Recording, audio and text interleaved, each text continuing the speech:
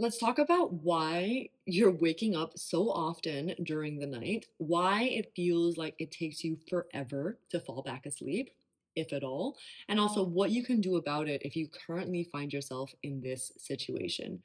If you are new here, welcome. My name is Fiona, and I'm a recovered chronic insomniac turned certified sleep coach. And in today's video, we're going to be talking about sleep maintenance insomnia, which is basically the difficulty maintaining your sleep throughout the night.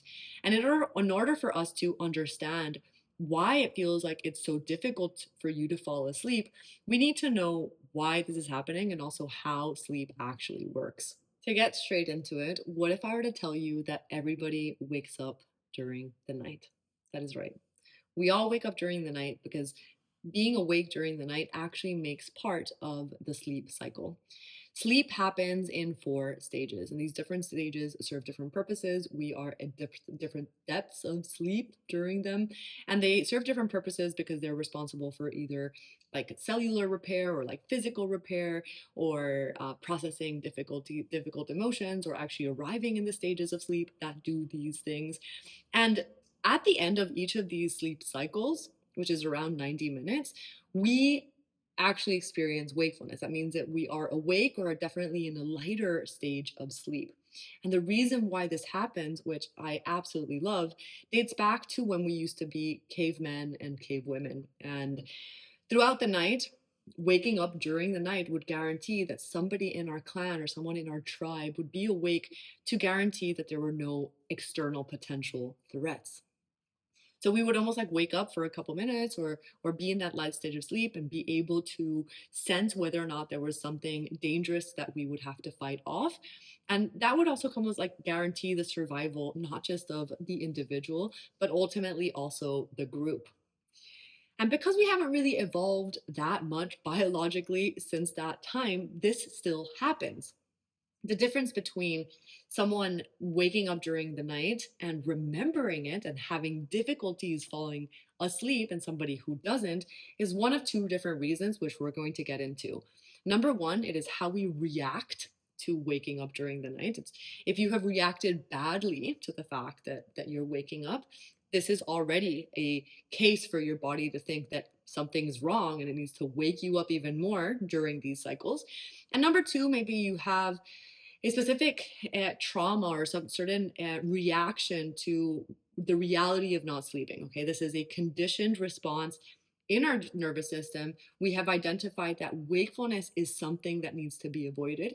And because it is something we need to avoid, our nervous system purposefully wakes us up in order to fight off that thing. If you are currently experiencing multiple wake ups during the night, it is probably due to one of those two reasons. You have reacted badly to the fact that you are waking up during the night and your nervous system really latches onto that. And number two, gosh, there's like so much sun.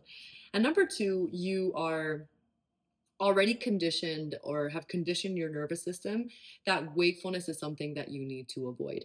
And this happens throughout the course of time. If you have difficulty sleeping, if you've had difficulty sleeping in the past, this is enough for your nervous system to maybe believe that wakefulness is something that needs to be avoided. Now, knowing this also gives you all of the response or all of the truth and the knowledge that you need to know moving forwards as to how to reverse that from happening. Number one is to work on our reaction. So if you're falling asleep and you have no difficulties falling asleep at the beginning of the night, this is an excellent sign that you are capable of sleeping. If your nervous system purposefully wakes you up, number one thing is to check in on how you react. Are you having an emotional reaction to the fact that you're awake?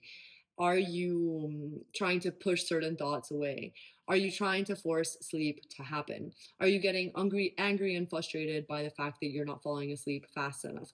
All of these things are enough for our nervous system to latch on to that reality that wakefulness is something to avoid. So number one is check in on your reaction.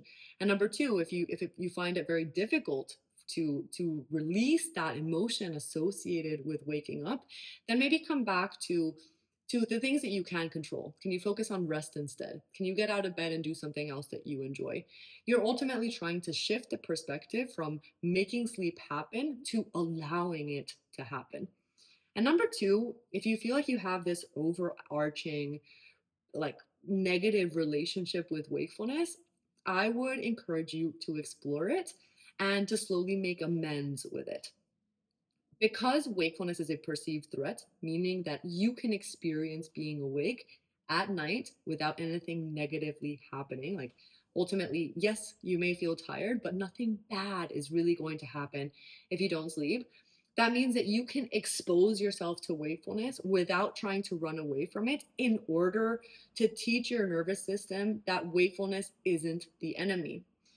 So if you're having difficulties kind of around that, I would say expose yourself to it instead of forcing sleep. How can you do something else with your time? Can you show your nervous system through action, through reading a book, through reading a podcast? If you wake up and it's difficult for you to fall asleep, do other things in order to show your nervous system, hey, we can be awake at night and it's actually okay. We can enjoy our time and it can still be okay. We can trust that our body is able to sleep without us getting involved. And that's a solution. Work on your overarching relationship with wakefulness. Work on your reaction to waking up during the night. Know that it is completely normal. And the more that you do this without searching for sleep, without chasing sleep, without removing these situations from happening, the less likely they will happen, and also the less time it'll also take you to fall asleep. If you feel like you're currently stuck in a situation where you still don't understand why you're struggling with sleep to begin with, then I do encourage you to check out my free 30 minutes masterclass linked below, where I go through what insomnia is, how you can start breaking the cycle, and how you can start recovering your relationship with sleep starting today. And if there are absolutely any questions, comments, or concerns that you need support on, then please go ahead and also drop those below, and I promise to get back to you.